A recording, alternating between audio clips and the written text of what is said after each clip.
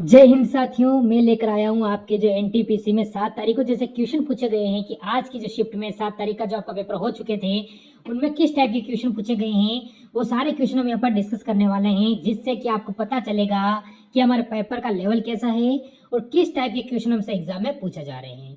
तो मेरे भाई, क्लास को स्टार्ट होने से पहले एक बार लाइक शेयर सब्सक्राइब वाला बटन अभी तक आप लोगों ने नहीं दबाया है अपने YouTube channel all exam class का, तो मेरे दोस्त जल्दी से दबा देंगे, जिससे कि आपको सबसे पहले वीडियो की जानकारी मिलती रहे। तो भाई, हम डिस्कस करेंगे आज किस किस टाइप का और किस किस टॉपिक से कितने क्वेश्चन आपसे पूछे गए हैं आज के एग्जाम के अंतर्गत। तो वो सारी चीजें हम यहाँ पर देखने वाले हैं। तो जल्दी जल्दी सारे दोस्त इस वीडियो को लाइक करेंगे और अपने दोस्तों तक शेयर जरूर कर देना। तो चलो, पहला क्वेश्चन आपके सामने क्या कहता है। किया गया था कि क्या सरकार को सभी सार्वजनिक स्थलों और कार्य स्थलों पर सीसीटीवी कैमरा जो है ना वो लगाना कंपलसरी कर देना चाहिए। देखिए, कह रहे कि सभी जगह पर, सभी सार्वजनिक स्थलों वगैरह पर। तो तर्क यहाँ पर एक कहा जा रहा है कि हाँ, इससे सार्वजनिक सुरक्षा के स्तर में वृद्धि होगी। बिल्कुल साथियों, जो भी सार्वजनिक स्थल हैं, सड़क हैं, पार्क हैं, वहां पर क्या कैमरे वगैरह लगा देना चाहिए। बिल्कुल साथियों, इससे सुरक्षा के स्तर में वृद्धि हुई, ये बात तो बिल्कुल सही है। कह रहे कि नहीं, कैमरे वगैरह नहीं लगाना चाहिए। क्यों? क्योंकि निजता लोगों का अधिकार है और सीसीटीवी लगाना उसमें दखल अंदाजी होगा। अरे भाई, रोड पे लगा रहे हैं, रोड पे किसी की कोई प्राइवेट जगह थोड़ी ना, वो तो सरकार की जगह है ना। पार्क में लगा रहे हैं, पार्क में अगर कोई मान लीजिए कुछ गलत काम हो जाता है तो कैमरा है, सीसीटीवी कैमरा लगा तो उससे पता तो चल जाएगा, और पहली बात तो इंसान करेगा ही नहीं गलत काम, है ना। तो कुल मिला के ये वाला सही नहीं लग रहा है। तर्क एक मजबूत है, और तर्क एक मजबूत कहां पर लिखा हुआ? ऑप्शन नंबर ए में लिखा हुआ है। उसके बाद देखिए साथियों, कह रहे कि 216 को कैसे 18 लिखा गया है, वैसे ही 125 को क्या लिखा जाएगा, मुझे बताइए। देखिए क्या कहा गया है, 216 से 18 बनाया गया है, तो उसी प्रकार 125 से यहाँ पर क्या आ सकता है, ये आपको यहाँ पर बताने। देखिए, इसकी अगर बात करें, इसमें कुछ नहीं, जैसे कि मुझे इतना पता है कि ये जो है ना, ये 6 का क्यूब है, और ये जो है ये 5 का क्यूब है। अच्छा, ये 18 कैसे आ गया? देखिए, 6 है, 3 है, 6 को 3 को करके मैं कहूंगा 6 की गुणा अगर हम 3 से कर देते तो 18 बन जाता है। अगर 5 की गुणा 3 से हम करते हैं तो साथियों 5 3 15 बन जाएगा। अगर 15 ऑप्शन में है तो ये लॉजिक हमारा बिल्कुल सही है, और बिल्कुल साथियों 15 ऑप्शन में भी ऑप्शन नंबर बी वाले में है। उसके बाद देखिए, अगला सवाल आपकी स्क्रीन पर है। आपसे कहा जा रहा है कि एक्स और वाई ये के पुत्र है, तो जैसे जैसे कहा जा रहा है वैसे वैसे हम करते जाएंगे। एक्स ये हो गया, एक्स भी, और वाई जो है ना, वाई भी, ये दोनों के पुत्र हैं।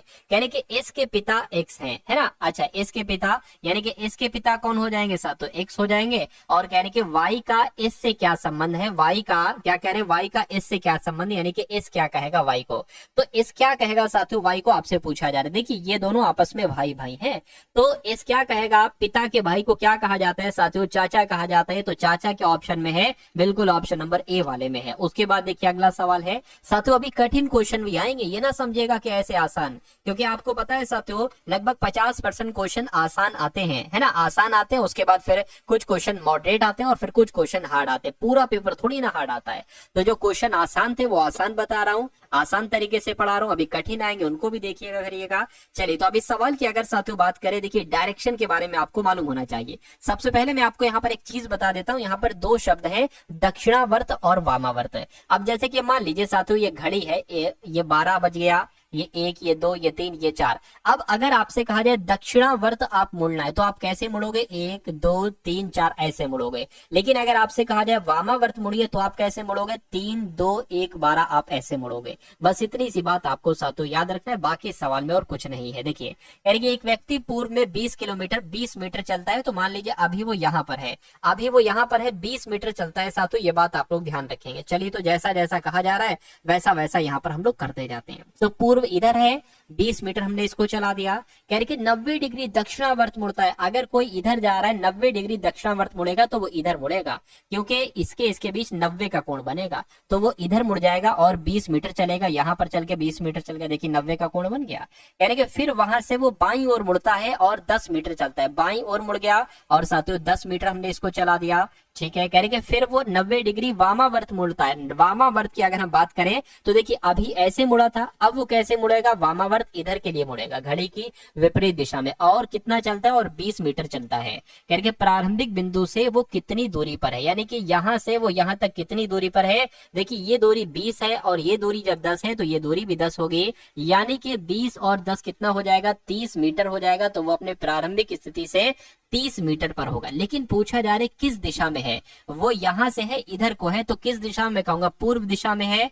पूर्व दिशा में है तो पूर्व आपके सवाल का बिल्कुल सही जवाब हो जाएगा। उसके बाद देखिए अगला क्वेश्चन कह रहे कि एक कोड भाषा में विशेष में, एक कोड भाषा विशेष में फॉर्मूला को क्या लिखा जाता है, URI, यानी कि FORMULA को लिखा जाता है URIQXIR। तो उसमें आपको बताने की इसी लॉजिक के अकॉर्डिंग आपको बताना है BRITISH को क्या लिखा जा सकता है। देखिए सबसे पहले हमें प्लेस वैल्यू मालूम होना चाहिए, जैसे A 1 पर आता है, B 2 पर आता है, C 3 पर, Z 26 पर आता है। उसी प्रकार F की अगर बात करते हैं साथ, तो F यहाँ पर आपका 6 पर आता है, O 15 पर आता है, R 18 पर आता है, M 13 पर आता है, U 21 पर आता है, L 12 पर आता है और A 1 पर आता है।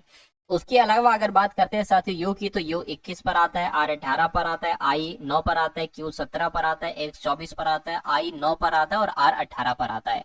तो अब यहाँ पर लॉजिक पहचानने की आप कोशिश करिए। अच्छा मुझे यहाँ पर एक चीज दिख रही है, जैसे कि ये 3 नंबर है ना, एक सेकेंड, ये 3 नंबर की अगर बात करें और साथ ऊपर की इधर के 3 नंबर की बात करें, ये 3 नंबर और ये 3 नंबर, इसमें कुछ लॉजिक आपको नजर नहीं आ रहा। देखिए 6 से ये 9 हो गया है, 3 बढ़ा दिया गया है, 15 से ये 18 हो गया, 3 बढ़ा दिया गया, 18 से 21 हो गया, 3 बढ़ा दिया गया।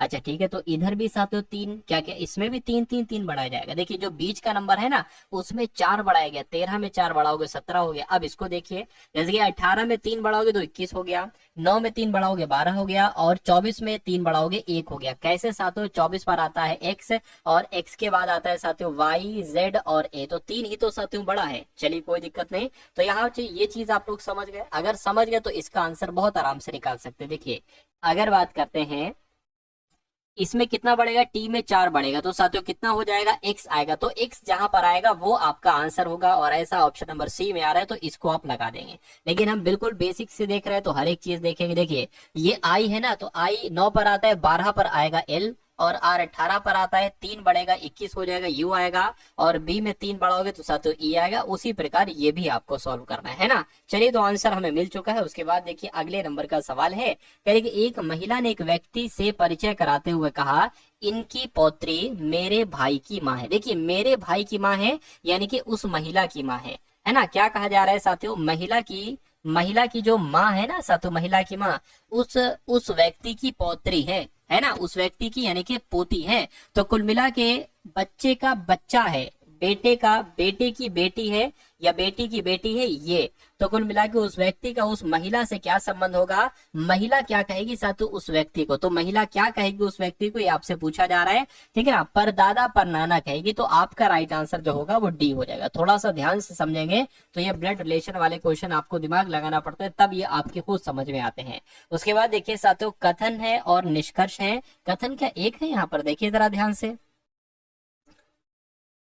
है ना। कथन अगर बात करते देखिए, चलिए कोई दिक्कत नहीं, इसको अभी रहने दीजिए। कह रहे कि कुछ नारियल तेल है, तो अभी जितना कहा जाए उतना करते जाइए। कुछ नारियल तेल है तो मान लेते हैं साथियों ये आपके क्या हो गए, ये नारियल हो गए, है ना, ये नारियल हो गए और इतने नारियल जो है ना, इतने नारियल साथियों तेल हो गए। उसके बाद कह रहे कि कुछ तेल कवि है, मान लीजिए इतने तेल क्या हो गए साथियों, इतने तेल ये आपके कवि हो गए।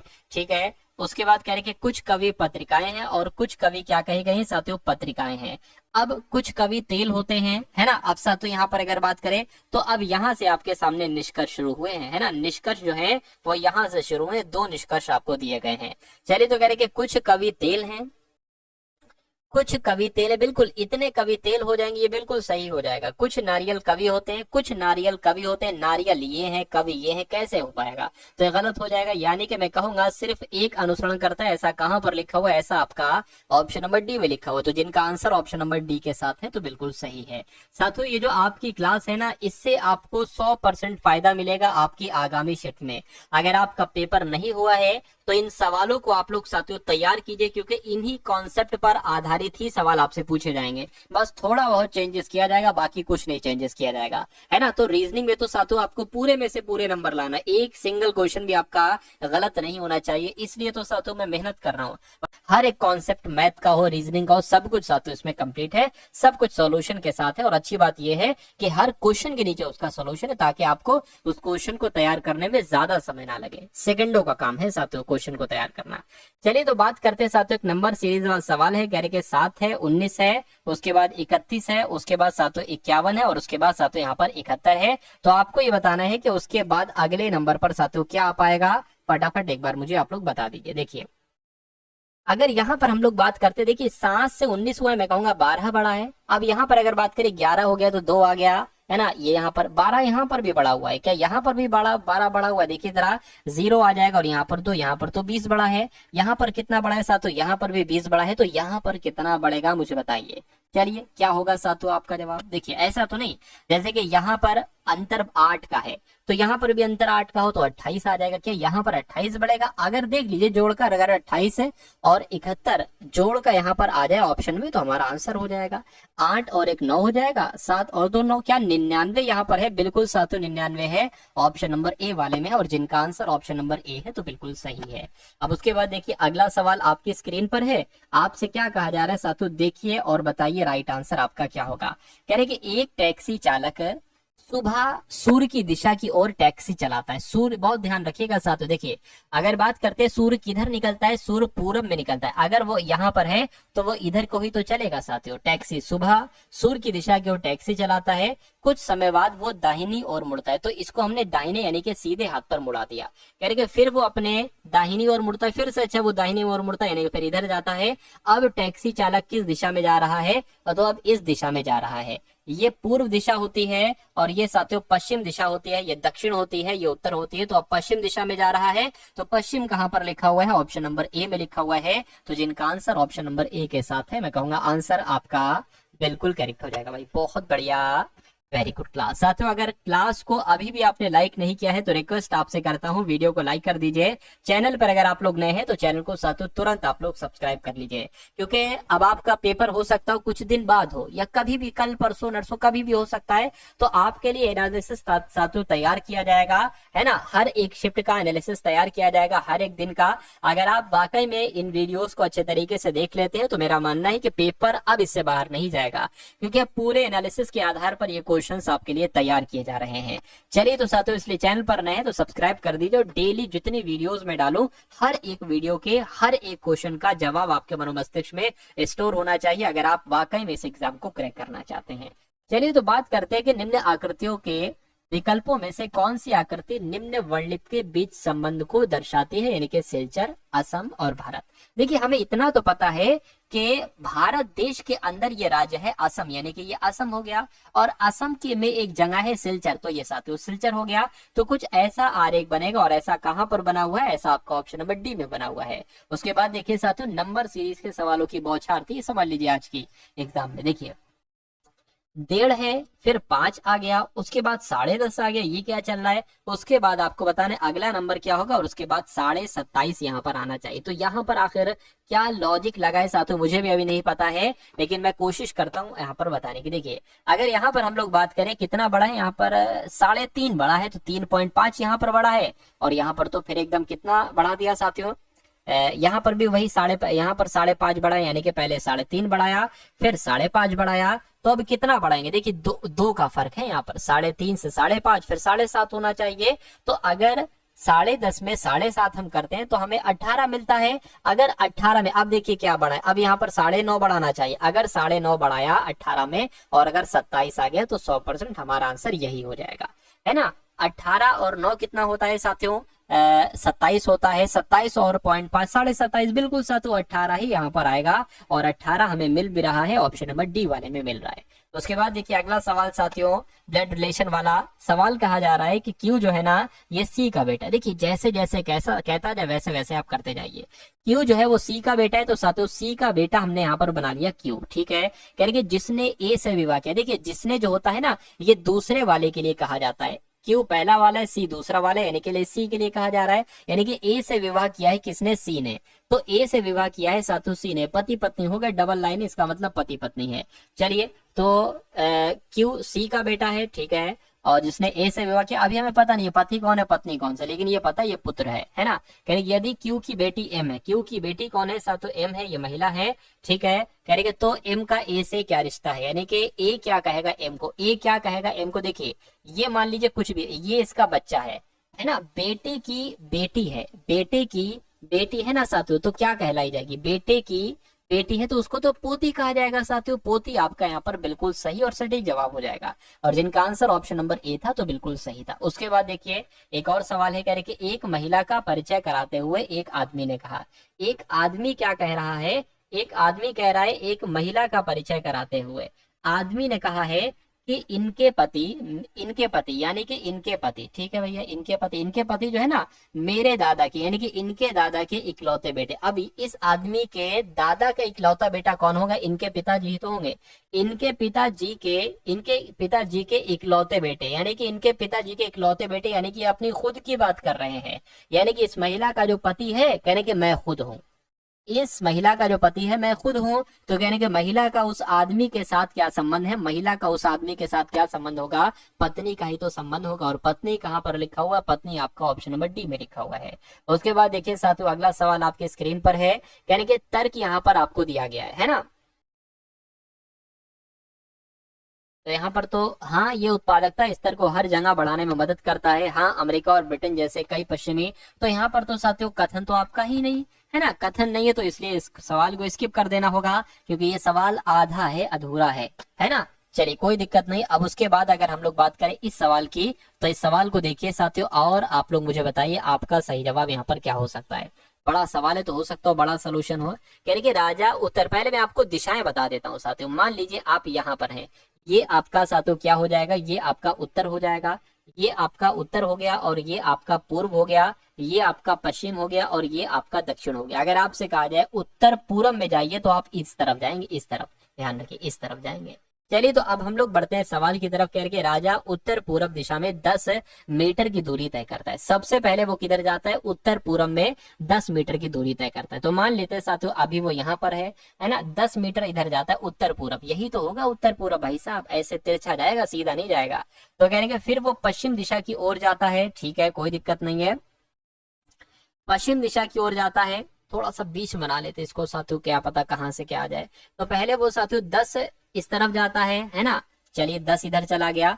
फिर क्या कहा जा रहा है कि फिर पश्चिम दिशा की ओर चलकर 22 मीटर चलता है। अच्छा पश्चिम दिशा तो इधर होगी, यानी कि इधर हमने इसको क्या चला दिया, 22 मीटर चला दिया।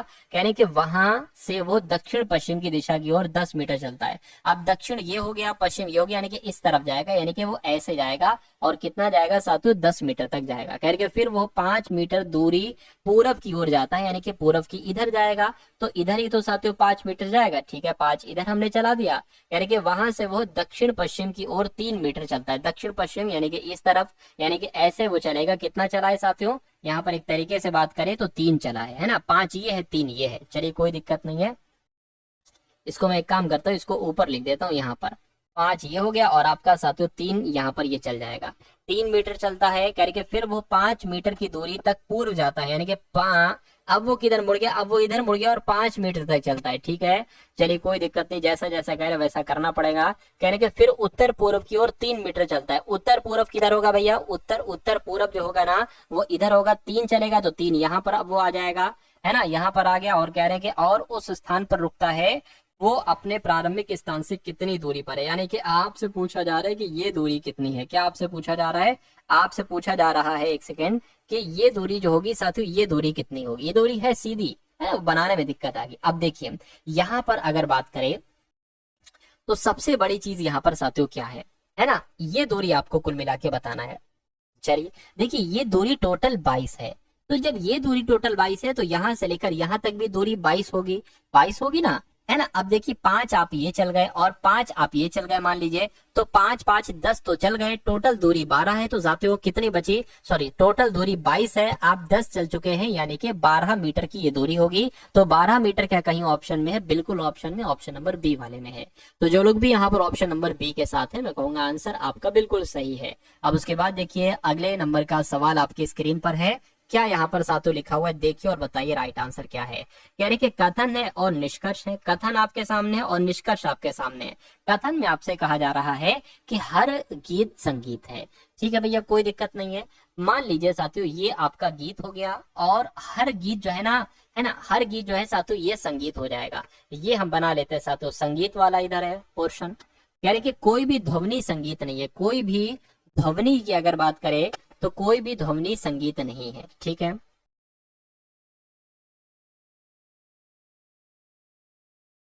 हर गीत संगीत हो गया, हर गीत संगीत हो गया। कोई भी ध्वनि, तो ध्वनि अलग बन जाएगी है ना, ध्वनि को ये हमने अलग बना लिया। कोई भी ध्वनि संगीत नहीं है।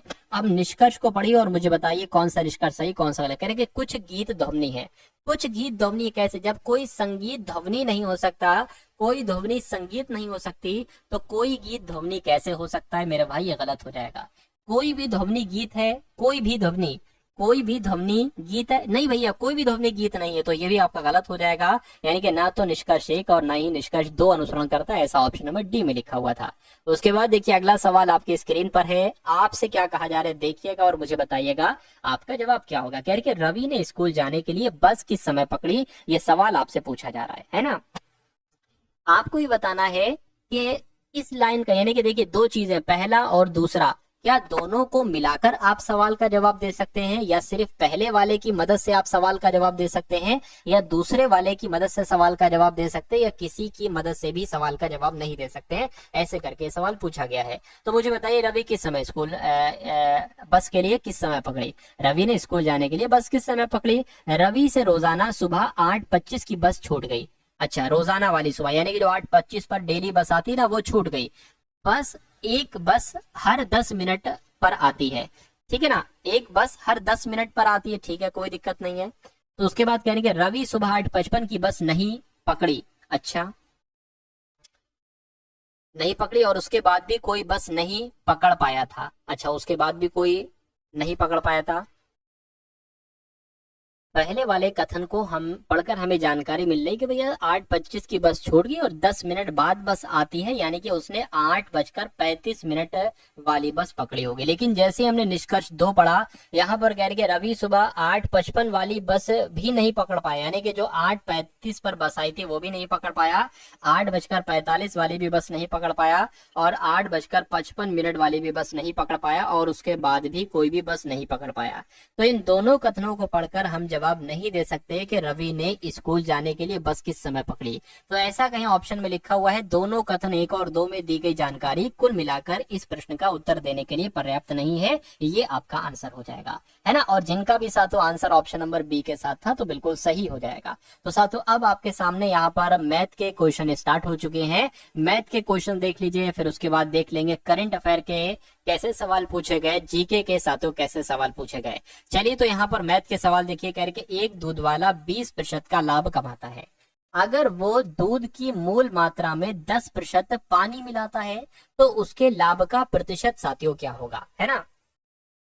देखिए इसमें आप एक सूत्र का इस्तेमाल करेंगे, वही वाला सिंपल वाला x + y और x गुणा y/100, इस सूत्र का इस्तेमाल करेंगे। दूध वाला 20% का लाभ कमाता है तो साथियों 20% का लाभ कमाया, x ये हो गया, y ये हो गया, और वो दूध की मात्रा में 10% पानी मिलाता है। तो यहाँ पर अगर बात करें तो साथियों 10% पानी मिलाता है, यानी कि लाभ ही कर रहा होगा, वो लाभ ही पा रहा होगा। तो 20 गुणा साथियों 10 हो जाएगा और 100 नीचे आ जाएगा। इन 2 जीरो से ये 2 जीरो कैंसिल हो जाएंगे, 20 और 10 30 हो जाएगा, प्लस आपका 2 यानी कि 32% साथियों आपका आंसर आ जाएगा, जो कि कहाँ पर है, जो कि आपका ऑप्शन नंबर डी वाले में है। अब उसके बाद देखिए साथियों अगले नंबर का सवाल आपकी स्क्रीन पर है। इस सवाल को देखिए और बताइए सही जवाब क्या। देखिए ये लिखा हुआ 21वें नंबर का सवाल है। ये कह रहे हैं कि 1/1 गुणा तो प्लस, है ना, उसके बाद लिखा हुआ, इसको एक काम करते हैं, इसको सही तरीके से लिखें क्या साथियों हम लोग। देखिए 1 बटा क्या आ जाएगा, 2 एकम 2, ठीक है, प्लस आपका क्या आ गया 1/6 आ गया, ठीक है, उसके बाद 1/3 चौक 12 आ गया, है ना। इतनी बात साथियों आपको समझ में आ गई। चलिए कोई दिक्कत नहीं है। या एक काम करिए साथियों, यहाँ से तो और आसान हमारे लिए हो जाता है ना। यहाँ से हमारे लिए आसान क्या होता है, मैं आपको सबसे पहले करके दिखाता हूँ। 1 गुणा 2 प्लस 1/2 गुणा 3 और प्लस 1/3 गुणा 4, ये ऐसे ऐसे चलता रहता है, और 1/3 49 गुणा 50। कभी भी आप ऐसी चीज देखें कि 1 बटे में 1 गुणा 2, 2 गुणा 3, ये तो नंबर है, सीरियल वाइज नंबर है। फिर 3 गुणा 4 ऐसे ऐसे करते हैं। फिर इसके बाद क्या आएगा, इसके बाद आएगा 4 गुणा 5, फिर 5 गुणा 6, ऐसे करके आएगा। तो अगर कभी भी ऐसी कंडीशन हो तो आपको साथियों क्या करना है, आपको हमेशा करना होगा, ये देखिए आप यहाँ पर अगर बात करें, सबसे अंतिम वाला आपको ले लेना होगा। सबसे अंतिम वाला आप ले लेंगे, क्या लिखा हुआ है साथियों, 1/50 यहाँ पर लिखा हुआ है। तो 1 बटा साथियों क्या आ जाएगा, 1/50 आ जाएगा। ये इधर वाला लिया है तो इधर वाला भी हम लेंगे। 1/1 लिखा हुआ है तो 1/1 यहाँ पर लिख लेंगे और दोनों को डिफरेंस करा लेंगे, प्लस लगा होगा तो। अब इसको जरा आप लोग कैलकुलेट करिए, 50 से कम 50 हो जाएगा, -1 हो जाएगा, बटे 50 हो जाएगा, बराबर क्या आ जाएगा, 49/50 आ जाएगा। अब इस 49/50 को आपको कैलकुलेट करना होगा, है ना। देखिए अब यहाँ पर 0 बढ़ाएंगे तो पहले तो हम पॉइंट बढ़ाएंगे, पॉइंट बढ़ा के हम 0 बढ़ा लेंगे। अब इससे ये कैंसिल हो जाएगा, 5 एकम 5, 5 नीम आपका 45 हो गया, 4 जाएगा, पॉइंट लगा, 0 बढ़ेगा, 40 हो जाएगा, 5 अट्ठे 40 हो जाएगा। यानी कि इस पूरे को कैलकुलेट करके 0.98 आया। और 0.98 कहाँ पर लिखा हुआ है, ऑप्शन नंबर ए में लिखा हुआ है। तो जिनका आंसर ऑप्शन नंबर ए के साथ है तो उनका आंसर बिल्कुल सही है। अब उसके बाद देखिए कह रहे कि एक समकोण प्रिज्म जिसकी पार्श्व पृष्ठ का क्षेत्रफल 143 वर्ग सेंटीमीटर है और तल की ऊंचाई, तल की परिधि 13 सेंटीमीटर है, तो उसकी ऊंचाई बताइए। देखिए एक सूत्र होता है प्रिज्म का पार्श्व पृष्ठीय क्षेत्रफल, है ना। अगर बात करें, मैं लिख देता हूं साथियों, आप लोग याद रखेंगे, प्रिज्म, प्रिज्म का, है ना, प्रिज्म का पार्श्व क्या साथियों, प्रिज्म की अगर बात करें, प्रिज्म का पार्श्व पृष्ठीय क्षेत्रफल, है ना। इसका सूत्र क्या होता है मैं आपको बता देता हूं। देखिए आधार का परिमाप यहाँ पर आता है, आधार का परिमाप यहाँ पर आता है, आधार का परिमाप और गुणा यहाँ पर ऊंचाई आ जाएगा, गुणा आपका हाइट आ जाएगा। तो कितना बताया गया है, प्रिज्म का पार्श्व पृष्ठीय क्षेत्रफल 143 वर्ग सेंटीमीटर बताया गया है, बराबर आधार का परिमाप की अगर बात करें और ऊंचाई की अगर बात करें, परिमाप यानी कि परिधि, तो परिधि कितनी दे रखी है साथियों, 13 दे रखी है, गुणा ऊंचाई है। तो इसको कैलकुलेट आप लोग करा लीजिए, यानी कि h बराबर क्या हो जाएगा, 143 बटे यहाँ पर 13 हो जाएगा। तो 13 एकम 13, 13 एकम 13, यानी कि ऊंचाई कितनी आ गई आज साथियों आपके सामने, 11 सेंटीमीटर की ऊंचाई आ गई। तो ऐसा कहां पर लिखा हुआ है, ऐसा आपका ऑप्शन नंबर डी में लिखा हुआ। तो जिनका आंसर ऑप्शन नंबर डी के साथ है तो बिल्कुल सही है। उसके बाद देखिए कह रहे कि एक थैले में 305 रुपए की राशि है, जो कि साथियों 4:5:7 के अनुपात में 25 पैसे, है ना, 10 पैसे और 50 पैसे के सिक्के हैं। यानी कि इनका कहने का मतलब साथियों ये है कि जो 25 पैसे के सिक्के हैं वो 4 के अनुपात में होंगे, और 10 पैसे के सिक्के 5 के अनुपात में, और फिर 50 पैसे के सिक्के 7 के अनुपात में होंगे। तो कह रहे हैं कि प्रत्येक प्रकार के सिक्कों की संख्या मुझे बताइए क्या होगी। देखिए अगर आपके सामने कभी भी ऐसा सवाल आ जाए तो आपको क्या करना है, आपके अगर बात करें, सबसे पहले आपके सामने क्या लिखा हुआ है साथियों, 4x लिखा है, ठीक है, आपने 4x लिख लिया। अब 25 पैसे हैं, 25 पैसे को आप कैसे लिखेंगे साथियों, 25/100, क्या लिखेंगे साथियों, 25/100 लिखेंगे, है ना, 25 साथियों 100 हो गया। उसके बाद प्लस लगाएंगे, अब 5 लिखा है तो 5x लिखेंगे, और यहाँ पर क्या लिखेंगे, 10/100 लिखेंगे, 10/100 आ गया, है ना। अब यहाँ पर क्या आ जाएगा, प्लस आ जाएगा। उसके बाद ये 7x लिखेंगे, 7x गुणा 50/100 लिखेंगे। इतना आप कर लेंगे ना, तो इतना करने के बाद साथियों ये पता है टोटल कितने रुपए हो जाएंगे, ये 305 रुपए हो जाएंगे। तो यहाँ पर 305 रुपए आ जाएगा, ठीक है। अब इसको आप कैलकुलेट कर लीजिए। देखिए 25 से कम 25, 25 चौक 100, 4 से ये 4 कैंसिल हो जाएगा, बचेगा सिर्फ और सिर्फ x है। उसके बाद इस 0 से ये 0 कैंसिल हो जाएगा, 5 से साथियों कैंसिल होगा 2, यानी कि x बटे यहाँ पर आ जाएगा 2।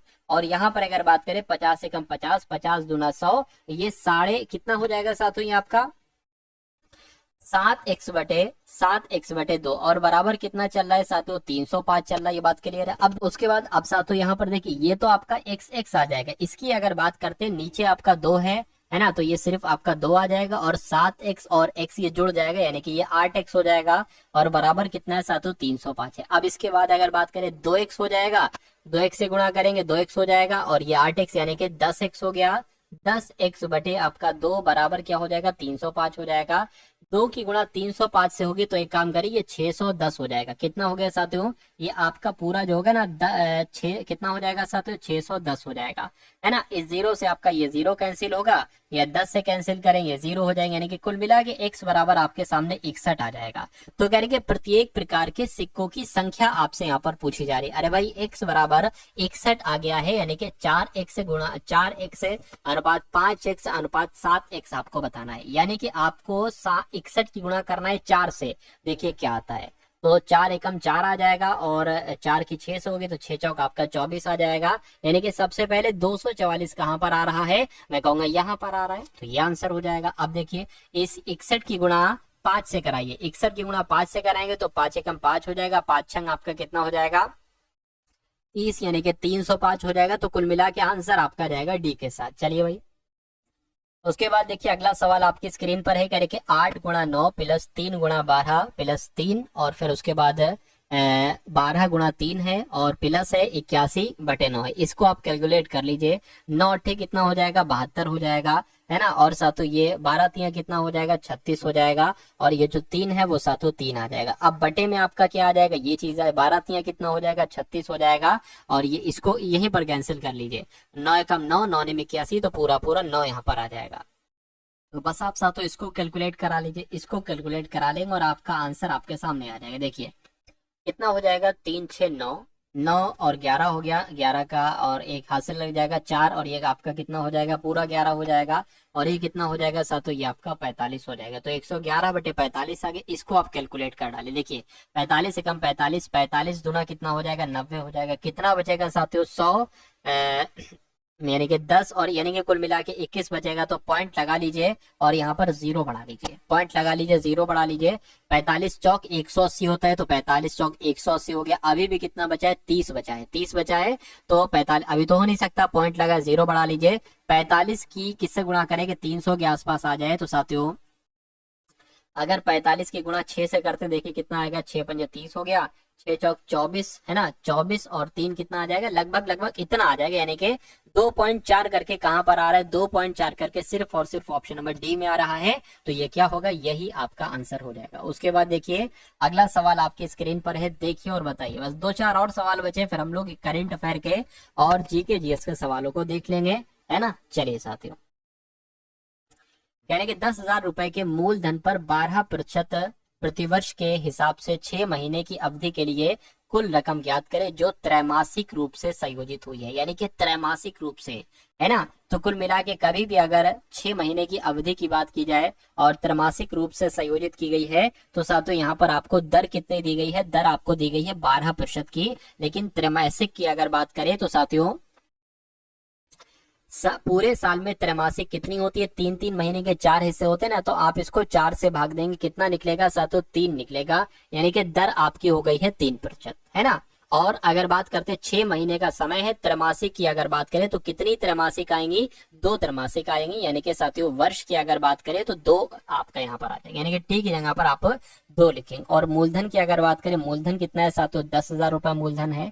तो अब साथियों सूत्र आप लोग लगा लीजिए यहाँ पर, यानी कि ए बराबर पी 1 + r/100 की पावर टी। ए की आपको ए अगर बात करें, ए आपको ज्ञात करना है, तो ए बराबर हो जाएगा मूलधन कितना है साथियों 10,000 आपका है, और 1 + r कितना है, r आपका 3% है, बटे 100 आ जाएगी, पावर 2 आ जाएगी। इसको कट करोगे तो कितना आ जाएगा साथियों 103, 100 एकम 100 और +3, यानी कि 103/100 आ गया। और फिर से साथियों 103/100 आ गया, और यहाँ पर क्या आ जाएगा साथियों 10,000 आपका यहाँ पर आ जाएगा। देखिए 4 0 से ये 4 0 कैंसिल हो जाएंगे, ए बराबर कितना आ जाएगा 103 की आप गुणा करा दीजिए। तो 103 और 103 की साथियों मैं यहाँ पर गुणा करा देता हूँ, है ना, शायद हो ना पाए, कोई दिक्कत नहीं, देख लेते हैं। 3 3 9 हो गया, 0 आ गया, 3 कम 3 आ गया, है ना, 0 0 0 आ गया, फिर से साथियों कट आ गया। अब यहाँ पर क्या आ जाएगा 3 0 1 आ जाएगा, यहाँ पर 9 आ गया, यहाँ पर 0 आ गया, यहाँ पर 6 आ गया, यहाँ पर 0 और 1, यानी कि साथियों 10,609 कहीं पर लिखा हुआ है, तो 10,609 साथियों यहाँ पर आपका आ रहा है। ये लिखा हुआ ऑप्शन नंबर बी में। तो कुल मिला के मिश्रधन कितना हो जाएगा 10,609 हो जाएगा, और यही आपका आंसर हो जाएगा। उसके बाद देखिए अगला सवाल है, कह रहे कि वैगई एक्सप्रेस की तुलना में वृंदावन एक्सप्रेस, ये लिखा हुआ है 40 मिनट, ये वी कुछ नहीं होगा साथ, तो यहाँ पर क्या लिखा होना चाहिए, 40 मिनट लिखा हो, 40 मिनट तेजी से पी और क्यू स्टेशनों के बीच की दूरी तय करती है। दूरी का पता लगाइए। अगर वृंदावन एक्सप्रेस की औसत रफ्तार यानी कि चाल 80 किलोमीटर प्रति घंटा है और वैगी एक्सप्रेस की चाल जो है ना वो 30 किलोमीटर प्रति घंटा है। देखिए एक दूरी है, मान लेते हैं वो दूरी यहाँ से लेकर यहाँ तक की है ना, ये 2 पॉइंट है। अगर इस बिंदु को हम पी स्टेशन मान ले और इसको हम सातु क्यू स्टेशन मान ले। अब यहाँ पर 2 ट्रेन की बात की गई है, वैगई एक्सप्रेस की बात की गई है, वृंदावन एक्सप्रेस की बात की गई है। बहुत आसान सवाल है, बहुत कठिन नहीं है साथियों। वैगई एक्सप्रेस की तुलना में, है ना, वैगई एक्सप्रेस की तुलना में वृंदावन एक्सप्रेस 40 मिनट तेजी से, है ना, तेजी से पी और क्यू स्टेशनों के बीच की दूरी तय करती है। क्यों? क्योंकि इसकी चाल ज्यादा है। देखिए जो वृंदावन एक्सप्रेस की औसत चाल है ना वो 80 किलोमीटर प्रति घंटा है और वैगे एक्सप्रेस की चाल कितनी है, 30 किलोमीटर प्रति घंटा है। तो अगर दोनों के बीच समय अंतराल की अगर बात करें, क्या समय अंतर की अगर बात करें या समय अंतराल की बात करें साथियों, एक सेकेंड, दोनों के बीच साथियों समय अंतर की अगर यहाँ पर हम लोग बात करें तो कितना समय अंतर है, 40 मिनट का। इसको घंटे में बदल लीजिए तो हमें 60 से नीचे गुणा कर दे, भाग कर देना पड़ेगी। अब देखिए, अब एक चीज मैं आपको याद करा रहा हूँ वो आप लोग यहाँ पर याद रखेंगे। सबसे पहले मैं इसको थोड़ा सा हटा के अलग को बना देता हूँ, थोड़ी सी जगह की हमें जरूरत है। अगर आपके सामने ऐसा सवाल आ जाए तो सबसे पहले क्या, एक दूरी है P से लेकर Q तक और समय अंतराल यहाँ पर कितना बताया गया है, समय अंतराल साथों यहाँ पर 40 मिनट बताया गया है। 40 मिनट को हमें घंटे में बदल लेना होगा, ठीक है। अब अगर बात करें साथों, अब एक सूत्र लगेगा, आपसे यहाँ पर दूरी पूछी जा रही है तो एक सूत्र होता है साथों डी। डी क्या है, ये दूरी है, डी बटे क्या आ जाएगा, 30 आ जाएगा। दूरी बटे चाल ही तो होता है, तो दूरी बटे चाल हो गया, है ना, और माइनस दूसरी चाल क्या है, 80 है, 80 बटे सॉरी दूरी बटे 80 हो जाएगा यहाँ पर। दूरी बटे क्या हो जाएगा, दूरी बटे 80 हो जाएगा यहाँ पर। अब देखिए ये समय निकल कर आया, ये भी समय निकल कर आया, तो ये समय अंतराल ही तो है। लेकिन यहाँ पर समय अंतराल कितना दे रखा है कि दोनों को एक तरीके से समय अंतर की बात करें तो 60 बटे 40 बटे 60 हो जाएगा। तो इसको आपको साथियों बस कैलकुलेट कराना। देखिए अब क्रॉस मल्टीप्लाई करा लीजिए, 80 की डी से गुणा कराएंगे तो क्या हो जाएगा, 80 डी हो जाएगा। 30 की डी से कराएंगे तो यहाँ पर साथियों 30 डी हो जाएगा और बटे कितना हो जाएगा, 8 या 24 और 2400 यहाँ पर हो जाएगा। बराबर ही कितना है आपके सामने, 40 बटे 60 है। दूरी पूछी जा रही है, इसमें से डी का मान निकालना और कुछ नहीं करना है। अब देखिए इसमें से कितना जाएगा, 50 डी बचेगा, तो ये तो 50 डी हो जाएगा बटे ये कितना हो जाएगा, 240 हो जाएगा, 2400 हो जाएगा, बराबर 40 बटे 60 हो जाएगा। देखिए इसको अगर हम कट करें ना तो 0 से 0 कैंसिल हो जाएगा, 6 कम 6, 6 चौक 24 और 0 आ जाएगा। इस 0 से आपका ये 0 कैंसिल हो जाएगा। अब आपके सामने आ चुका है d बराबर 40 और इस 4 की गुणा इससे हो जाएगी और ये जो 5 है वो सातु नीचे आ जाएगा। बस 5 एकम 5, 5 अट्ठे 40, 4 अट्ठे 32, यानी कि दूरी कितनी आपकी निकली, 32 किलोमीटर की दूरी निकली। और ऐसा कहाँ पर लिखा हुआ है, ऐसा आपका ऑप्शन नंबर सी में लिखा हुआ है। तो जिनका आंसर ऑप्शन नंबर सी के साथ है तो बिल्कुल सही है। उसके बाद देखिए, पूजा एक काम करने में चारू से 3 गुना ज्यादा समय लेती है और बानो से 2 गुना ज्यादा वक्त लेती है। यदि तीनों एक साथ काम करें तो 2 घंटे में वो काम खत्म कर सकती हैं, तो बानो को पूरा काम करने में कितना समय लगेगा। देखिए यहाँ पर सबसे पहले मैं आपको बता दूं 3 लोग हैं, एक तो पूजा है और एक चारू है और एक कौन है साथियों, बानो है। यहाँ पर साफ साफ कहा गया है कि पूजा जो है ना एक काम करने में चारू से 3 गुना समय लेती है। तो अगर मान लीजिए ये 2 घंटे में मान लीजिए कोई काम करता है तो पूजा इससे 3 घंटे में 3 गुना ज्यादा समय लेती है, यानी कि ये कितने, ये 6 घंटे में काम करेगी, है ना। उसी प्रकार अगर यहाँ पर हम लोग बात करें कि पूजा जो है ना बानो से 2 गुना ज्यादा वक्त लेती है, तो अगर साथों ये 3 ले तो भी तो ये साथों 6 ले पाएगा, है ना। चलिए तो ये क्या है, ये साथों आपका समय का यहाँ पर आ गया है, यानी कि ये समय का अनुपात हमें निकल आ गया है। अब हम साथियों क्या, अब हम क्षमता का अनुपात निकालेंगे क्योंकि क्षमता का ही हमें अनुपात चाहिए होगा। अब अगर कभी भी समय का अनुपात आपके सामने क्षमता का अनुपात निकालना है तो ये जो नंबर अनुपात है ना इसका एलसीएम निकाल के रख देना। 6, 2, 3 का एलसीएम निकाल दीजिए, 2 तिया हो जाएगा, 2 एकम हो जाएगा, 3 का 3 आ जाएगा, 3 से कट करेंगे पूरा कट जाएगा, 6 दुना है ना कितना आ गया साथियों, 3 दुना 6 आ गया। तो अब आप इसको ऐसे रख लेंगे 1/6, 1/2 और 1/3, है ना। ये जो 6 आया है साथियों 3 दुना 6, इसकी सबकी गुणा करा देंगे, गुणा करा दी। अब यहाँ पर आपका जो है वो क्षमता का अनुपात बहुत आराम से निकल आएगा। तो ये क्या आ जाएगा, ये 1 6 कम 6 आ गया एक, और ये क्या आ जाएगा 2 2 एकम 2, 2 3 6 3 आ गया, और ये क्या आ जाएगा 3 दुना 6। तो सातों क्षमता का अनुपात आ गया है, यानी कि पूजा एक दिन में एक काम करती है और चारू एक दिन में 3 काम करती है, बानो एक दिन में 2 काम करती है, यानी कि कुल मिला के ये तीनों एक दिन में कितना काम करती है, 2 3 5 6, एक दिन में 6 काम करती हैं। तीनों लोग मिलकर एक दिन में 6 काम करती हैं और कहने के अगर 2 घंटे तक वो काम कर, सॉरी एक दिन नहीं बोलना चाहिए, मुझे बोलना चाहिए 1 घंटे में, यानी कि तीनों मिलकर एक दिन में, फिर से मैं बता देता हूँ कि पूजा 1 घंटे में 1 काम करती है, चारू 1 घंटे में 3 काम करती है, बानो 1 घंटे में 2 काम करती है। तो ये 1 घंटे में कितना काम करती हैं, 6 काम करती है, 1 घंटे में 6 काम करती हैं। और कहा जा रहा था कि अगर 2 घंटे तक वो काम करती रहती है तो काम खत्म हो जाता है। तो कुल मिला के काम कितना है, 12 काम है ना, काम कितना है सातों, 12 काम है।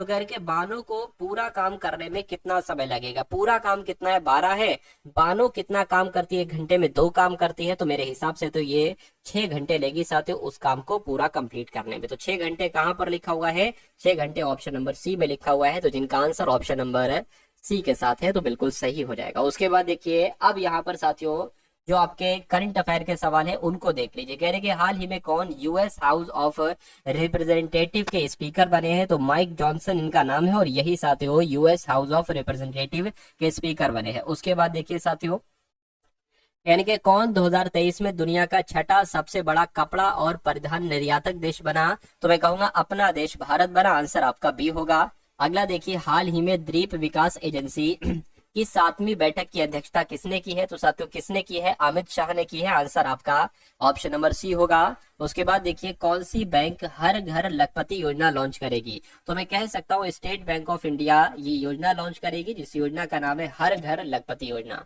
उसके बाद देखिए किस राज्य सरकार ने सावित्री बाई फुले की जयंती को महिला शिक्षक दिवस के रूप में मनाया है, तो क्या आपका जवाब होगा, मैं कहूंगा तेलंगाना आपके जवाब हो जाएगा। यानी कि तेलंगाना राज्य सरकार ने सावित्री बाई फुले की जयंती को महिला शिक्षक दिवस के रूप में मनाया है। उसके बाद देखिए किस राज्य में हाथियों की संख्या बढ़कर 5828 हो गई है, तो आपका जवाब साथियों क्या होगा, असम आपका जवाब हो जाएगा। यानी कि असम राज्य में हाथियों की संख्या बढ़कर 5828 हो चुकी है। उसके बाद देखिए कह रहे कि डॉक्टर राजगोपाल चिदम्बरम का भी हाल फिलहाल में निधन हुआ है, वो कौन थे, तो वो एक परमाणु वैज्ञानिक थे साथियों, कौन थे, परमाणु वैज्ञानिक थे वो एक।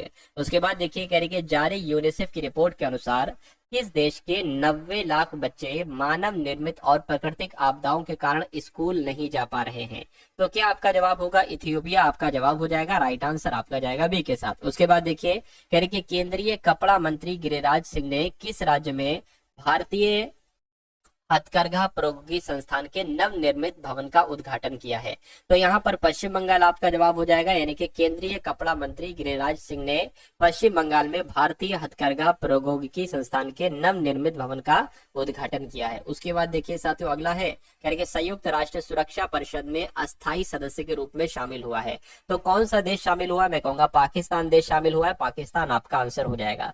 उसके बाद देखिए कह रहे कि उत्तर प्रदेश अधीनस्थ सेवा चयन आयोग यानी कि यूपी 80 का अध्यक्ष साथियों किसको नियुक्त किया गया, अभी हाल फिलहाल में डॉक्टर सत्यनारायण साबत को यूपी 80 का अध्यक्ष नियुक्त किया गया, यानी कि उत्तर प्रदेश अधीनस्थ सेवा चयन आयोग का अध्यक्ष डॉक्टर सत्यनारायण साबत को नियुक्त किया गया। कह रहे कि एसोचैम के महासचिव किसको नियुक्त किया गया है, तो मनीष सिंघल की अगर बात करें, मनीष सिंघल इनका नाम है और ये एसोचैम के महासचिव बने हैं। उसके बाद देखिए कह रहे कि किसने राजस्थान के कोटा में सुपोषित माँ अभियान के तीसरे चरण का शुभारंभ किया है, तो यहाँ पर अगर बात करते हैं ओम बिड़ला की, तो ओम बिड़ला के द्वारा ही राजस्थान के कोटा में सुपोषित माँ अभियान के तीसरे चरण का शुभारंभ किया गया है, ये आप लोग साथों याद रखेंगे। चलिए उसके बाद देखिए कह रहे कि प्रधानमंत्री मोदी ने कहा ग्रामीण भारत महोत्सव 2025 का उद्घाटन किया है, तो कहां पर किया है, इन्होंने नई दिल्ली में साथियों, है ना, ग्रामीण भारत महोत्सव 2025 का उद्घाटन किया है नई दिल्ली में, किसने किया है, प्रधानमंत्री नरेंद्र मोदी जी के द्वारा किया गया है। कह रहे कि कौन आईसीएमआर राष्ट्रीय पोषण संस्थान की नई प्रमुख बनी है, तो इनका नाम भारती कुलकर्णी है और भारती कुलकर्णी ही आईसीएमआर राष्ट्रीय पोषण संस्थान की नई प्रमुख बनी है। अगला देखिए साथियों आपके सामने है, कह रहे कि तेंजिंग यांकी किस राज्य की पहली महिला आईपीएस बनी है, तो ये पता साथियों अरुणाचल प्रदेश की पहली महिला आईपीएस बनी है, इनका नाम है तेंजिंग यांकी और अरुणाचल प्रदेश की आईपीएस बनी है ना, ये आप लोग याद रखेंगे। चलिए पहली महिला आईपीएस बनी है। अमेरिका के किस प्रांत ने छात्रों पर होमवर्क के मानसिक तनाव को कम करने के लिए एक नया कानून पारित किया है, तो मैं कहूंगा अमेरिका में जो कैलिफोर्निया है वहां पर छात्रों पर होमवर्क के मानसिक तनाव को कम करने के लिए एक नया कानून पारित किया गया है। भारतीय सेना ने कहा अपनी सेना को जानो, है ना, अपनी सेना को जानो मेले का आयोजन किया है। तो ये साथियों मेले का आयोजन जो किया गया है वो हैदराबाद में किया। किसके द्वारा किया गया? भारतीय सेना ने किया है ना। उसके बाद देखिए करके 8वां कौतिक अंतर्राष्ट्रीय फिल्म महोत्सव ये कहाँ पर शुरू हुआ है? तो ये साथियों नैनीताल में शुरू हुआ है 8वां कौतिक अंतर्राष्ट्रीय फिल्म महोत्सव। अगला सवाल देखिए कह रहे कि 31वीं राष्ट्रीय बाल विज्ञान कांग्रेस ये कहाँ पर शुरू हुई है? तो ये साथियों भोपाल में शुरू हुई है। भोपाल आपका आंसर हो जाएगा, ठीक है ना। चलिए अगला सवाल देखिए, आप लोग कह रहे कि वन पारिस्थितिकी तंत्र को हरित सकल घरेलू उत्पाद से जोड़ने वाला पहला राज्य साथियों कौन सा बन गया है? तो पहला राज्य साथियों छत्तीसगढ़ बन गया है। छत्तीसगढ़ आपका आंसर हो जाएगा। उसके बाद देखिए कह रहे कि प्रवासी भारतीय दिवस समारोह का 18वां संस्करण ये कहां पर आयोजित किया जाएगा? तो ये साथियों भुवनेश्वर में आयोजित किया जाएगा। राइट आंसर आपका ऑप्शन नंबर बी होगा। उसके बाद देखिए कह रहे कि ब्लिंकिट ने किस शहर में 10 मिनट में एम्बुलेंस सेवा शुरू की है? तो पता साथियों कहां पर? नोएडा, बेंगलुरु नहीं साथियों, गुरुग्राम आपका आंसर हो जाएगा। यानी कि ब्लिंकिट ने गुरुग्राम शहर में 10 मिनट में एम्बुलेंस सेवा शुरू की है। उसके बाद देखिए जारी रिपोर्ट के अनुसार भारत में 2024 में वाहनों की खुदरा बिक्री में कितने प्रतिशत की वृद्धि हुई है? तो साथियों 9% की वृद्धि हुई है, ये आप लोग याद रखेंगे। अगला देखिए कह रहे कि आरिफ मोहम्मद खान ने किस राज्य के 42वें राज्यपाल के रूप में शपथ ली है? तो ये पता कहाँ के बने हैं साथियों? ये बिहार के बने हैं। बिहार राज्य के राज्यपाल 42वें राज्यपाल साथियों आरिफ मोहम्मद खान हैं। उसके बाद देखिए शपथ ली है उत्तर प्रदेश का प्रमुख गृह सचिव किसको नियुक्त किया गया है? तो इनका नाम संजय प्रसाद है और संजय प्रसाद को ही उत्तर प्रदेश का प्रमुख गृह सचिव नियुक्त किया गया है। ये भी साथियों इंपॉर्टेंट क्वेश्चन है। उसके बाद देखिए अगला सवाल कह रहे कि भारत ने किस देश के साथ सीमा पर 9 किलोमीटर से अधिक की बाड़ लगाने का काम पूरा कर लिया है? तो आपका जवाब म्यांमार हो जाएगा। यानी कि भारत ने म्यांमार देश के साथ सीमा पर 9 किलोमीटर से